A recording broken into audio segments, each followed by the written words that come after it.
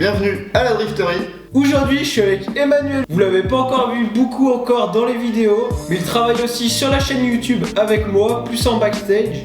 Bon, on le retrouvera quand même dans certaines vidéos, comme pour celle-là. Comme on s'embêtait aujourd'hui, on a fait quelques petits achats.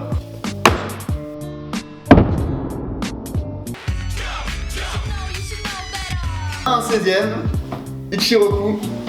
Avec l'électronique, on a raqué comme des gros porcs. Donc le 1/16ème, c'est pas vraiment ce qui se fait de plus en RC Drift, c'est vraiment pour le fun et pour pouvoir en faire un peu de partout. C'est aussi utilisé donc pas mal pour faire des répliques d'étagères et tout. Bon allez, on déballe ça. Bon, c'est pas facile à enlever. Par devant. Et voilà.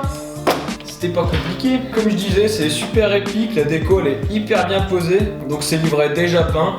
On va parler un peu plus du châssis. Donc pour vous le montrer, on va vouloir démonter la carrosserie. Donc il y a des petites vis en dessous. Pour ça on a le tournevis, on a tout prévu.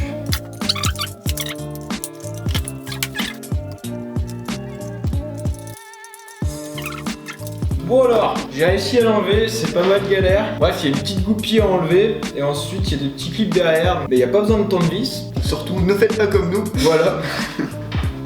Donc c'est une base de MR4, je sais pas si vous connaissez. Ouais, donc le MR4 c'est un peu le châssis qui a lancé le drift chez Yokomo. Ça reprend les grandes lignes, bien sûr c'est pas exactement pareil. Mais bon, c'est un châssis à cardan, 4 roues motrices. Sur le package Yokomo, vous avez donc le châssis plus le moteur. Et ensuite il faudra acheter l'électronique à part. Après le 1/16ème, je sais qu'il y a Turniggy aussi qui fait son truc, donc c'est beaucoup moins détaillé, mais c'est beaucoup moins cher aussi. Donc la carrosserie, comme vous pouvez le voir, c'est pas du Lexan, c'est du plastique, donc ça ressemble un peu à une maquette. C'est pour ça que c'est aussi détaillé. Quand elle est posée sur le châssis, elle est bien posée au sol et tout, c'est vachement cool à voir. Donc maintenant on va déballer l'électronique d'Emmanuel.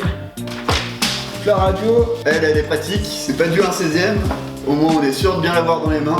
À première vue, la qualité est correcte, sans être ouf. Mais bon, pour ce qu'on va en faire, ça va suffire. Il y a le petit récepteur avec. Dans ce paquet-là, donc toute l'électronique, la Q, un petit NMH avec un mini cerveau, un variateur et de la connectique. Donc pour pouvoir brancher la Q sur des prises standards. Bon, la Q, on a triché un peu, on l'a fait charger, ça pourra jouer plus vite.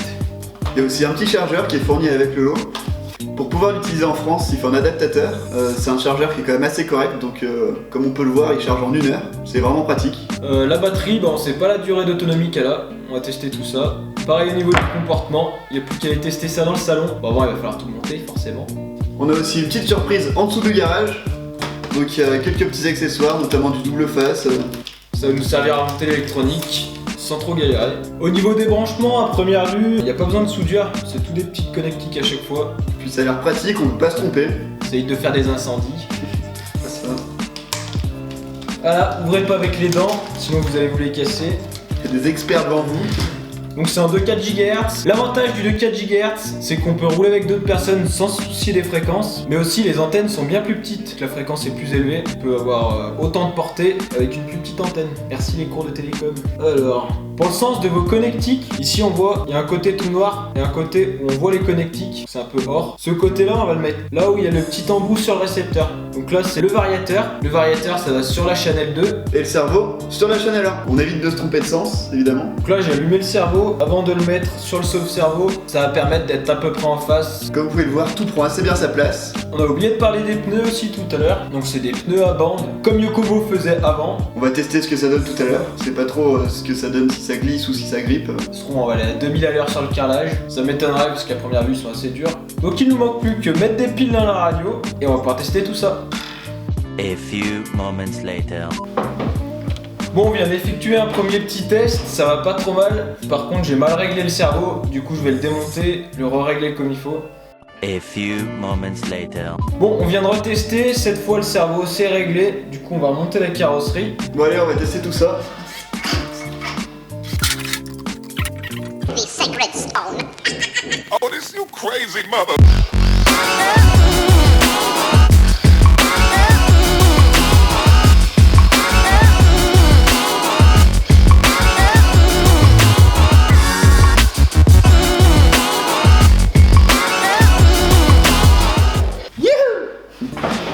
Bon, on a essayé dans le salon sur le carrelage, ça a l'air vraiment pas mal. Comme vous pouvez le voir, on a changé d'habit. C'est pas qu'on est hyper rapide, hein, mais c'est juste qu'on avait décidé de se retrouver un autre jour pour tester un peu mieux la chose, quoi. Donc pour aller plus loin, on a décidé d'aller faire une piste dans le garage. Bon alors, on a trouvé une petite idée pour pouvoir faire des barrières, pour moduler un peu la piste en bas. Pour ça, c'est faire des petits rails comme ça. On va avoir besoin de la colle. Donc là, c'est en tube, mais les colles UU, ça marche aussi. Enfin, de la colle à papier, d'une règle ou d'un ciseau et d'une feuille A4. Si vous avez une mini Z, c'est un peu plus petit, ajusté en fonction. Donc la feuille A4, je la coupe en deux. En fait, je vais pouvoir faire 2 rails par feuille. Donc je marque le pli pour que ce soit bien au milieu, comme ça, pas besoin de mesurer. Hop, avec la règle, je coupe à l'endroit où j'ai marqué. Après, avec la demi-feuille, je viens la plier en 4. Hop. Et une fois que c'est plié en 4, comme ça, je viens coller 2 bouts entre eux pour que ça fasse un espèce de triangle. Hop, donc je tire un peu pour bien que ça colle partout, même au milieu. Et voilà, ça fait des rails assez sympas. C'est pas très lourd, donc ça viendra pas abîmer la voiture. Par contre, ça bougera si jamais on tape dedans. Après, vous pouvez mettre des cailloux dedans. Je pense coller des cailloux si vous voulez vraiment pas que ça bouge. Moi, je préfère que ça bouge et pas abîmer la voiture. Enfin voilà, ça fait des petits rails à pas cher. Moi, j'ai pris du bleu et du rouge. Je suis François le Français, mince! Vous pouvez prendre un peu la couleur que vous voulez. Avec du papier, vous pouvez aussi faire d'autres accessoires comme des cônes. Enfin voilà, vous voyez. Soyez créatifs. Bon allez, maintenant on est parti dans le garage. Allez go! Allez, il y a les rails et la voiture. Et on voit un peu la surface qu'il y a. Il y a moyen de faire un truc cool. Bon du coup on a fini la piste, là on va pouvoir s'amuser un peu. Pris la radio, je pense que ça va envoyer. Youhou! Let's go!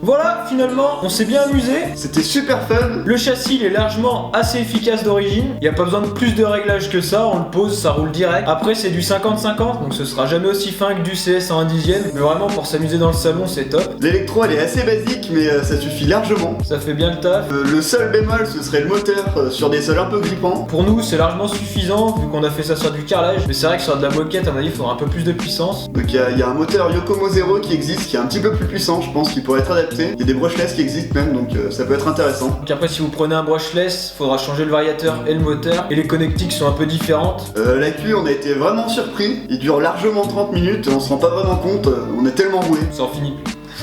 Non, il est top. Après, ce qui est bien, à mon avis, c'est d'en avoir deux. Comme ça, on peut en charger deux, charger pendant qu'on utilise l'autre. Mais là, déjà, on peut faire des bonnes sessions avec. Au niveau de la carrosserie, il n'y a rien à dire. C'est vraiment ouf.